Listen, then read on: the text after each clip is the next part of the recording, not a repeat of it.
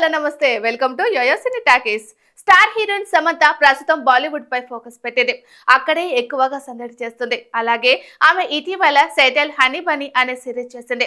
ఆ series promotions లో భాగంగా అనేక ఇంటర్వ్యూస్ ఇస్తుంది. ఇక ఈ ఇంటర్వ్యూ ఒకదానిలో భాగంగా సమంత వరుణ్ ధావన్ ఇద్దరు ఒక ఆసక్తికరమైన రాపిడ్ ఫైర్ లాంటి గేమ్ రౌండ్ ఆడుతూ కనిపించారు.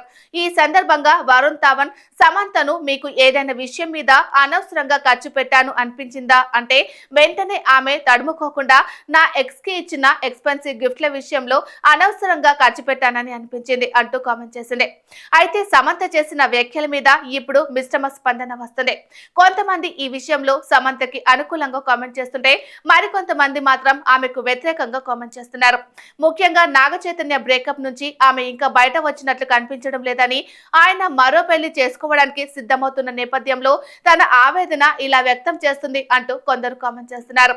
మరికొంతమంది ఆమె విడాకుల తర్వాత ఎలాంటి భరణాన్ని ఆశించలేదు, అలాంటప్పుడు నాగ చైతన్య కోసం పెట్టిన ఖర్చు విషయంలో ఆమె కామెంట్ చేస్తే తప్పేంటి అని కామెంట్ చేస్తున్నారు. కొంతమంది ఆమె మీద జాలి చూపిస్తుంటే మరికొంతమంది ఆమె అడిగిన దాంట్లో తప్పేముందని ప్రశ్నిస్తున్నారు.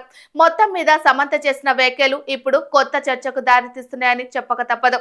అయితే కొంతమంది కామెంట్స్ ప్రకారం సమంత నాగ చైతన్య గురించి మాట్లాడి ఉండకపోవచ్చని, ఎందుకంటే నాగ చైతన్య కంటే ముందే ఆమె ఒకరిద్దరి హీరోలతో ప్రేమయానం నడిపినట్లు ప్రచారం జరిగింది కాబట్టి బహుశా వారి గురించి ఆమె ఇలా మాట్లాడి ఉండవచ్చని కామెంట్ చేస్తున్నారు. ఏదేమైనా సమంత ఇప్పుడు తన ఎక్స్ కి పెట్టిన ఖర్చు యూజ్లెస్ అని పేర్కొనడం మాత్రం సోషల్ మీడియాలో అలాగే మీడియాలో కూడా హాట్ టాపిక్ అవుతుంది. అయితే ఆ ఎక్స్ ఎవరనే విషయం మీద మాత్రం పెద్ద ఎత్తున చర్చలు జరుగుతున్నాయి.